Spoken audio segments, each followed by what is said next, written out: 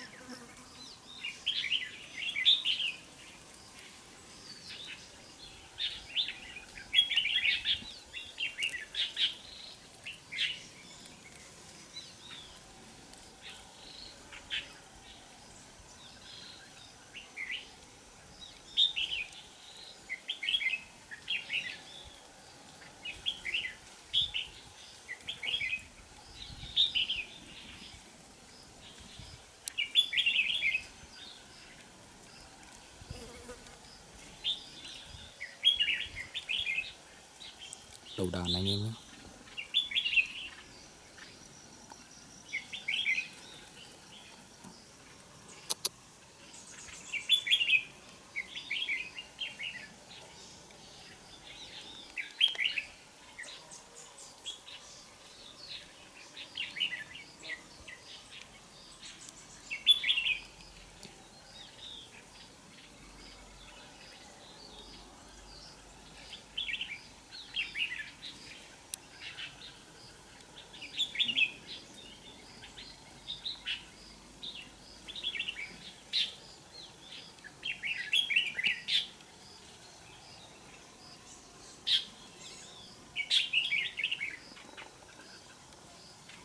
Rồi đang ở gần mồi nhá, đang ở trước mặt mồi nhá.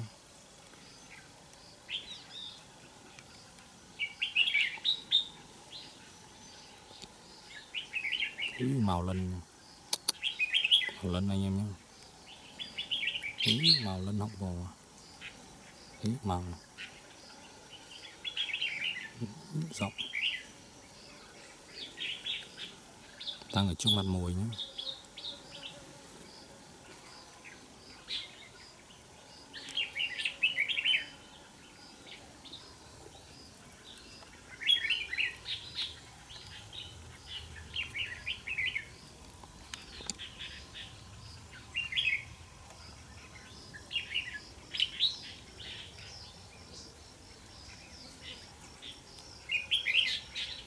Đang ở trước mặt mồi anh em nhé. Bẫy em đầu đàn các bạn.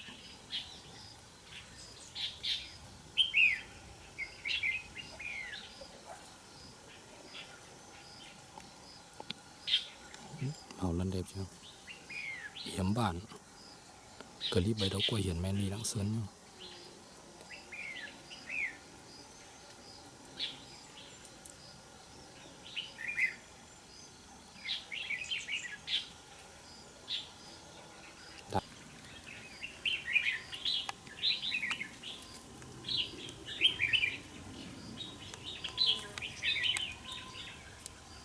Đang ở trước mặt mồi anh em nhé.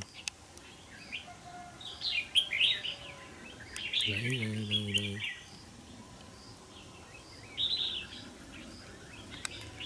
Ok.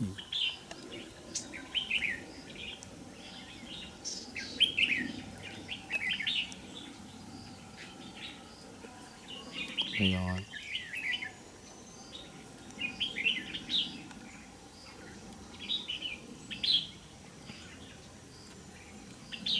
Đầu găm dí rồi ạ.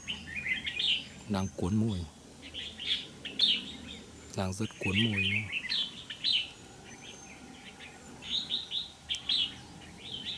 Đấy, trước mặt mồi nhá.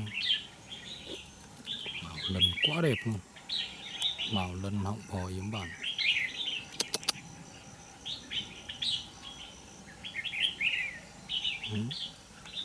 lại bay, chưa dám vô.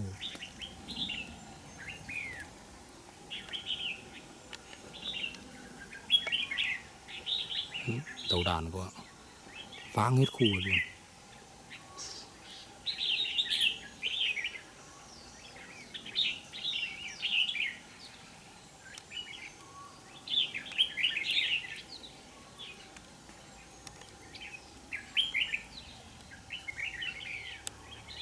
Thằng trông là ngồi mái xuống gần.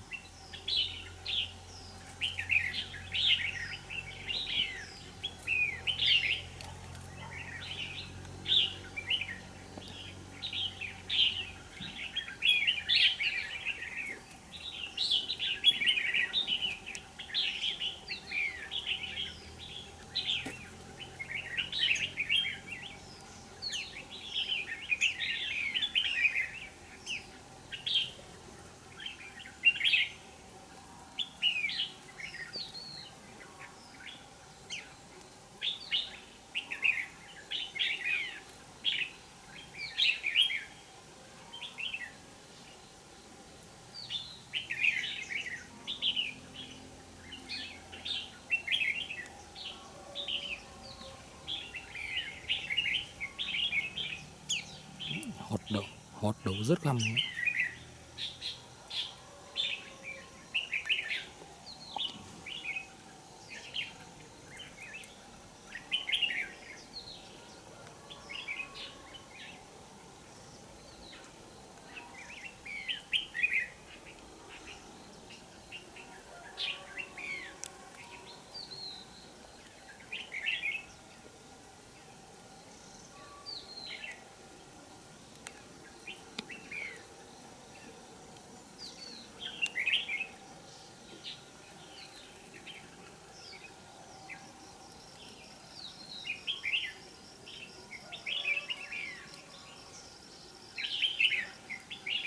Đàn này vang hết khu rồi luôn.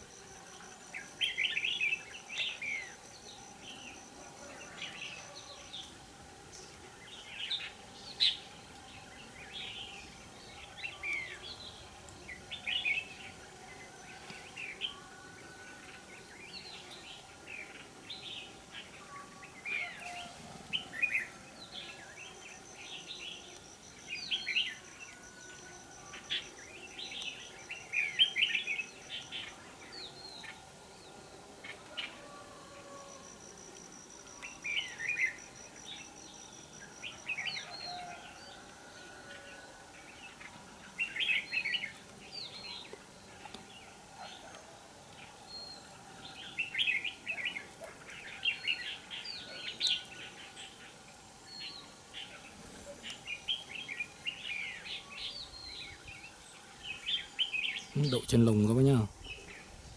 Đậu chân lồng này anh em. Đậu chân lồng này nhá. Quá phê luôn. Đậu vào cầu tử là xong.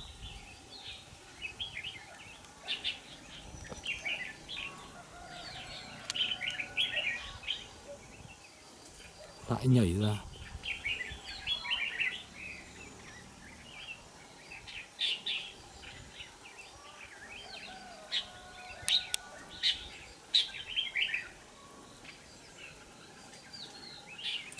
Xong anh em nhá, clip bẫy đấu của Hiển Mê Ly Lạng Sơn nhá.